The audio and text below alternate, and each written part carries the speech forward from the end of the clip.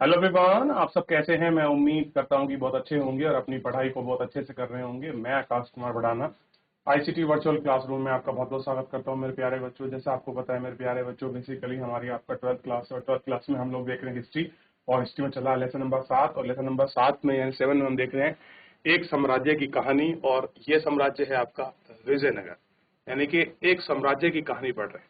अच्छा, राज्य और साम्राज्य में कुछ अंतर है, मैंने आपको पढ़ा है। राज्य छोटा होता है, साम्राज्य बड़ा होता है।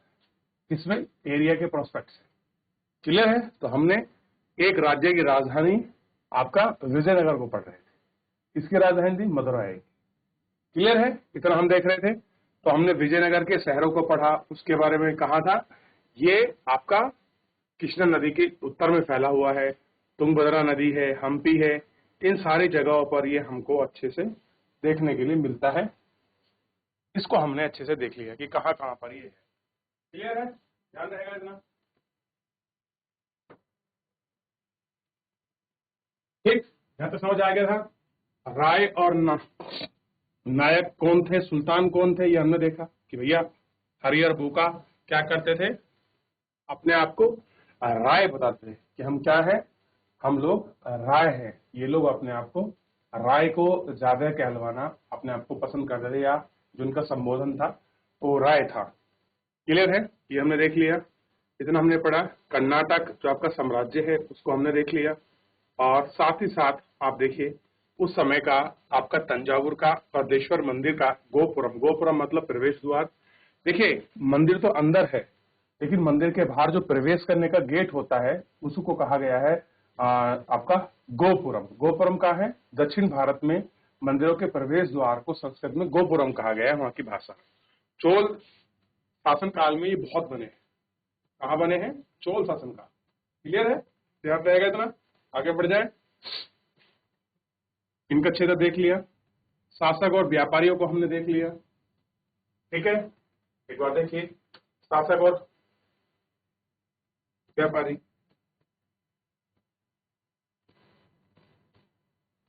चलिए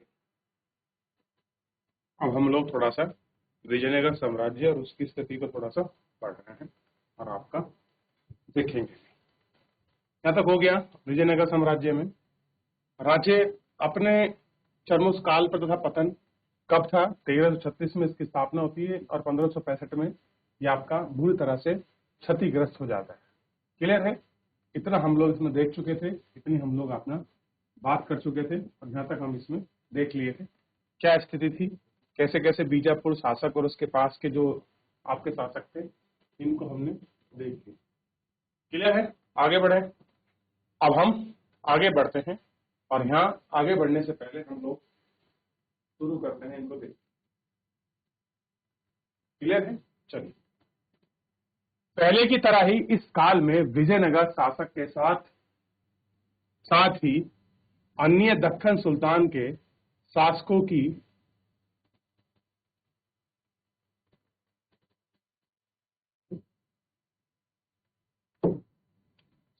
की सामरिक महत्व के चलते समीकरण बदलते रहे। अंततः यह स्थिति विजयनगर के विरुद्ध दक्कन सुल्तानों के मैत्री समझौते के स्वरूप की परिणत हुई।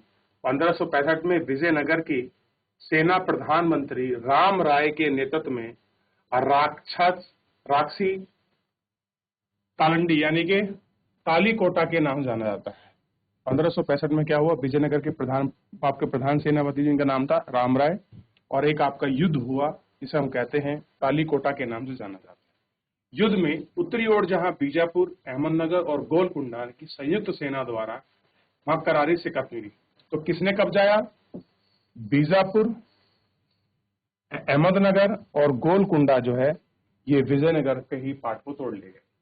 ठीक, विजयी सेनाओं ने विजयनगर के शहर पर धावा बोलकर उसको लूटा, और कुछ ही वर्षों के भीतर शहर पूरी तरह क्या गया? उजड़ गया। अब साम्राज्य का केंद्र पूर्व की ओर स्थानांतरित हो गया। अब अराविंदु राजाओं ने पेनुकोंडा से के बाद आपका चंद्रगिरी यानी कि तिरुपति के समीप का शासन किया। चंद्रगिरी कहाँ है? जो आपका तिरुपति है उसके समीप है आपका तिरुपति। ये लोग वहां चले गए। कहां पर? तिरुपति की तरफ बढ़े। ठीक, अभी आपको दिखाई देगा दक्षिण भारत आपका 18वीं शताब्दी में, ठीक, ये आपको दिखाई देगा कहां कहां पर है।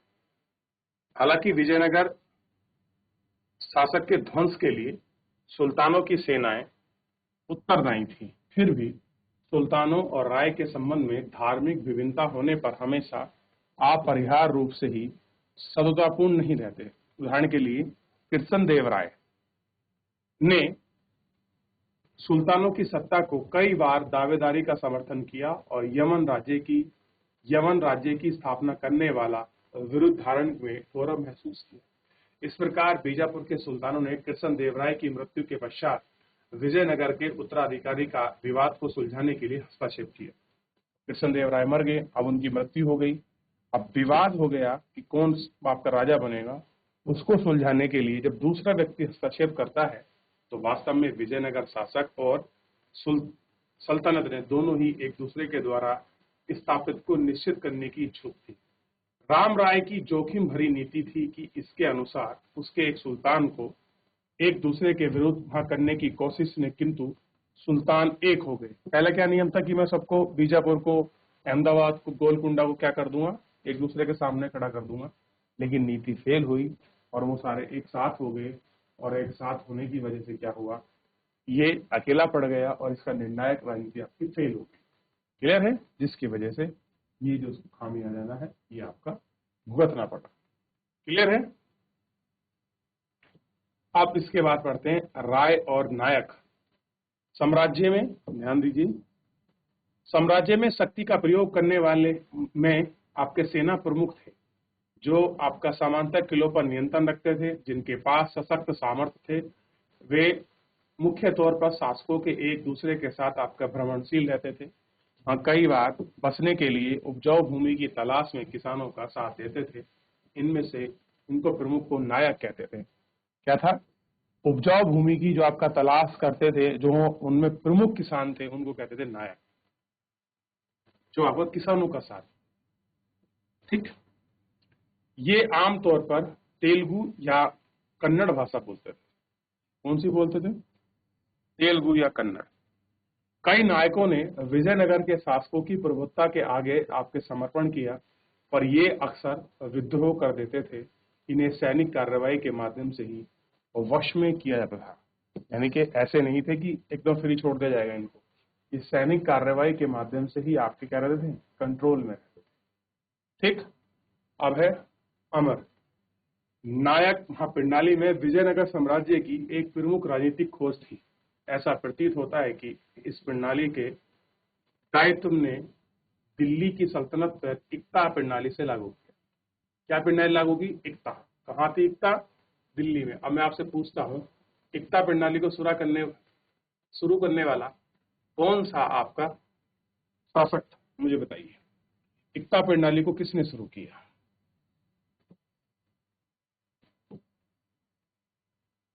तो इक्ता को शुरू करने वाला था इल्तुतमिश। आपको पता होना चाहिए। उनने सेवा के बदले में आपका भूमि दी, जागीर दी। अब देखिए, अमर नायक सैनिक कौन थे? एक कमांडर थे जिन्हें राय द्वारा प्रशासन में क्षेत्र दिया गया। क्या था? राय द्वारा ही क्षेत्र में इनको प्रशासन दिया गया।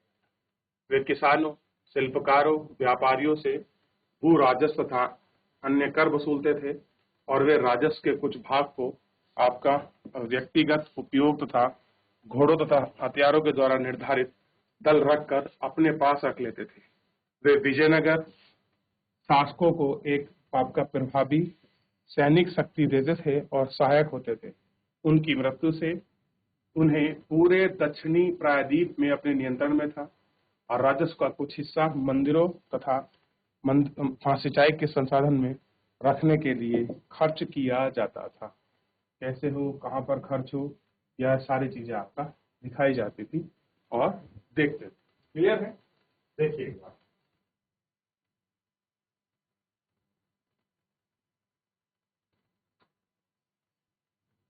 चलिए। अमर नायक राजा को वर्ष में एक बार भेंट भेजा जाता था और उसे अपने स्वामी भक्ति को प्रकट करने के लिए राज के दरबार में उपहार के साथ स्वयं उपस्थित हुआ करते थे। कह रहे कि स्वामी भक्ति के लिए खुद जाना है और वहां उनको गिफ्ट लेकर, खड़े गिफ्ट का मतलब कुछ पैसा संपत्ति से होता था, हीरे जवाहरात वगैरह। राजा कभी कभी उन्हें एक दूसरे के स्थान का स्थानांतरित कर कर उन्हें कर पर अपना नियंत्रण को दर्शाता था। वो कभी दाएं से बाएं कर दिया करता था। 17वीं शताब्दी में इन्हीं कई नायकों ने अपने स्वतंत्र राज्य स्थापित किए। इन कारण से केंद्रीय राज के ढांचे का विघटन आपका तेजी से होने लगा। कैसा है? केंद्रीय राज के ढांचे का जो विघटन है वो क्या हुआ? आपका तेजी से होने लगा। और आप इसको देख सकते हैं कि कैसे तेजी से घटा। विजयनगर राजधानी और उसके आपका परिप्रदेश, परि मतलब उसके चारों, विजयनगर है, राजधानी है और उसके परिप्रदेश यानी उसके चारों तरफ का रीजन।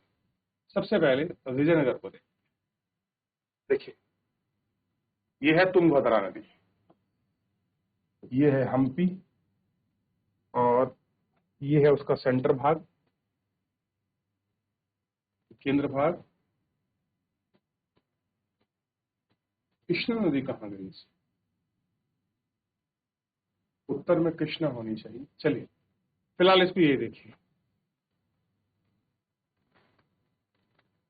और इसमें 3 नहरें दिखाई देंगी आपको। मोस्ट इंपोर्टेंट बात ये,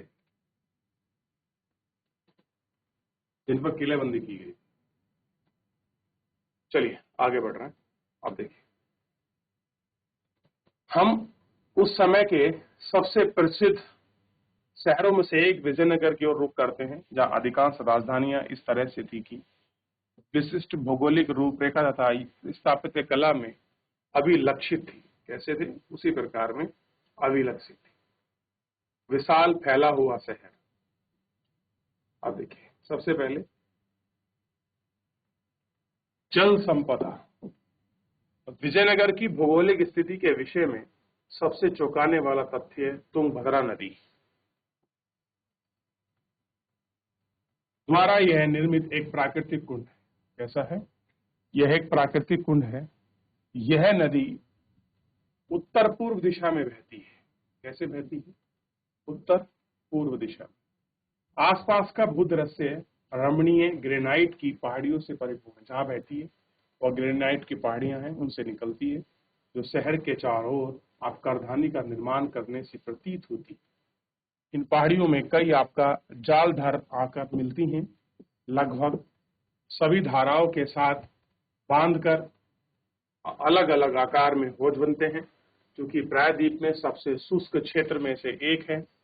इसलिए पानी के संचयन और इसे शहर तक ले जाने में व्यापक प्रबंधन की आवश्यकता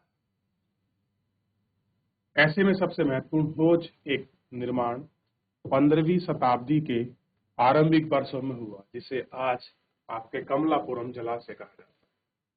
हौज में पानी से न केवल आसपास के खेतों में सिंचाई की जाती थी, बल्कि इसे एक नहर के माध्यम से राजकीय केंद्र तक इसको ले जाया जाता था। यानी कि नहर कहाँ जा रही है? राजकीय जो केंद्र है वहां तक जा रही है। तो नहर का उपयोग इसमें बताया है कि जो शुष्क क्षेत्र है वहां तक पानी ले जाने के लिए खोज से इसका काम होता था। और कह रहे हैं सबसे महत्वपूर्ण जल आपका संबंधी संरचनाओं में से एक किरियार नदी को आज भी भग्नावशेष के बीच देखा जा सकता है। इस नहर में तुंगभद्रा पर बने बांध से पानी लाया जाता है। इसे धार्मिक केंद्र से शहरी केंद्र को अलग करने वाली घाटी को सिंचित करने में प्रयोग किया जाता है। इसका निर्माण संगम वंश के राजाओं द्वारा करवाया गया। इसके जो संगम के राजा हैं उन्होंने इसका निर्माण आपका करवाया था। तो जल संपदा की महत्ता को आप थोड़ा सा इसमें पढ़ सकते हैं, समझ सकते हैं।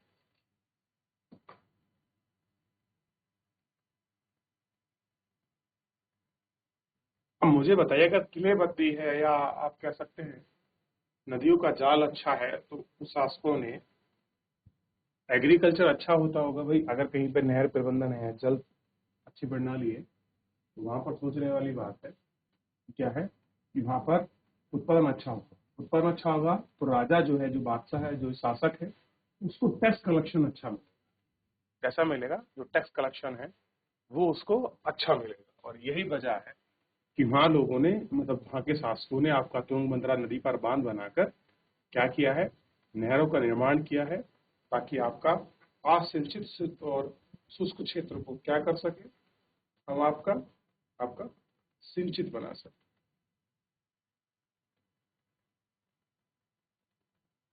किलेबंदी तथा सड़कें।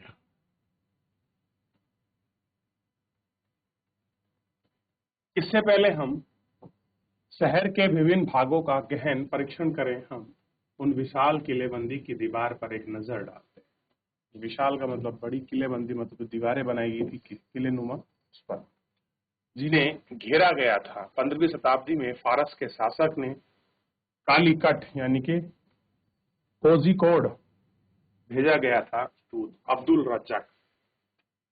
क्वेश्चन आता है कि आपका विजयनगर साम्राज्य में आपका फारस का दूत कौन था? तो अब्दुल रज्जाक ये फारस के दूत बन गए विजयनगर साम्राज्य। किलेबंदी से बहुत प्रभावित हुए और उसने दुर्ग को 7 पंक्ति में उल्लेख किया कि दुर्ग मतलब किला होता है।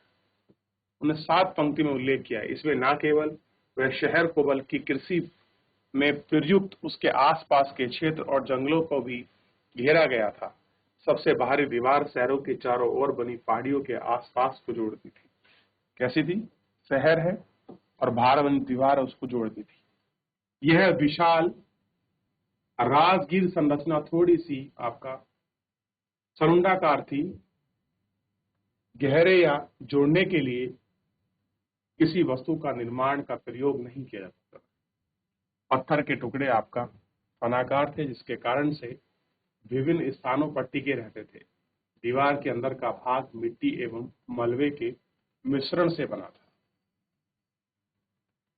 वर्गाकार और आयताकार दुर्ग बाहर की ओर निकले थे। इस किले की सबसे महत्वपूर्ण बात यह थी कि इसे खेती को घेरा गया था। क्या था? जो किले में था, जो खेती थी, एग्रीकल्चर है, उसको भी घेरा गया था। अब्दुल रज्जाक ने लिखा, जो फारस का यात्री था, कि पहली, दूसरी और तीसरी दीवार के बीच खेत और बगीचे का आवास था। कैसा था? जो खेत हैं उनका आवास था। इतना आपको देखना, ठीक है, दिखाई देगा। आप देखिए, ये है उस समय का घिरा हुआ प्रणाली। देखते हैं, देख लिया? चलिए, तो राष्ट्र की ओर से घिरी हुई प्रणाली, और ये क्या था? बेसिकली नहरनुमा भी थी, इसके माध्यम से सिंचाई भी हो। चलिए, फिलहाल जो है आज के लिए इतना ही करेंगे। एक बार आप थोड़ा, आप लोग घर पर जाकर उसको पढ़िए और रिवीजन करिए। कोई डाउट बनता है हम लोग नेक्स्ट लेक्चर में लेंगे। फिलहाल आज के लिए इतना ही, मिलते हैं नेक्स्ट लेक्चर में। धन्यवाद।